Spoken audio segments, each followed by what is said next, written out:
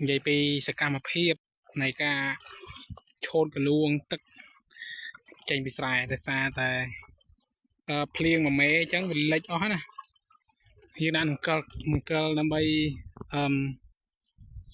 ឆូតកាមេរ៉ាអត់ល្អទេកាមេរ៉ាទូរស័ព្ទថោកអញ្ចឹងadmin នេះក៏មកកាយថុក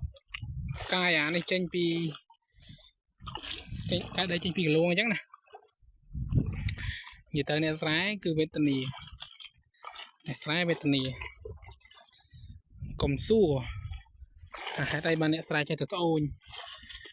អ្នកស្រែខ្លះត្អូញតែអត់ធ្វើឯងអ្នកស្រែខ្លះធ្វើឲ្យវាមិនបានផលធម្មជាតិហើយនឹងបញ្ហាសេដ្ឋកិច្ចពិភពលោកក៏វាកំពុងតែដុនដាបខ្លាំងមិនឲ្យតែយើងគិតមើលហើយនេះដល់កហើយយើងមកបហោយើងព្រោះរួចហើយអានោះដោះហើយឥឡូវទូដោះតែក្នុងទឹកនេះគឺចប់បណ្ដោះចឹងយើងបហោទឹកចោលឥឡូវវាបានដោះខ្លះទីមួយយើងអត់បូមទេដោយសារតែមិនសុទ្ធតែថ្លៃសង្គ្រាមអញ្ចឹងមិនសុទ្ធថ្លៃណាយើងអាចចូលត្រង់ចំណាយបានទេអញ្ចឹងមានតែអញ្ចឹងវាជាមេរៀនមួយដែរយើងគួរតែសិក្សាមើលទៅថាបើសិនជាមិនសុទ្ធឡើងថ្លៃគួរតែឆូតកលួងអញ្ចឹងឬក៏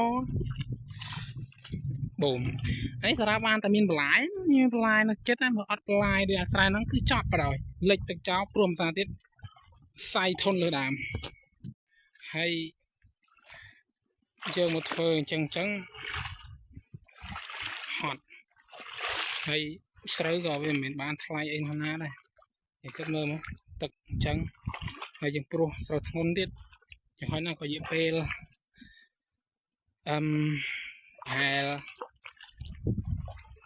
ខែ11ខែ12យើងព្រោះពីខែ6យើងគិតមក6ខែ12មិនបានជ្រោតអញ្ចឹងកិច្ចកម្មដែរហ្នឹងវេទនាមើលទៅមើលអូវេទនាអញ្ចឹងមានតែប៉ុណ្្នឹងជួបគ្នាវីដេអូក្រោយ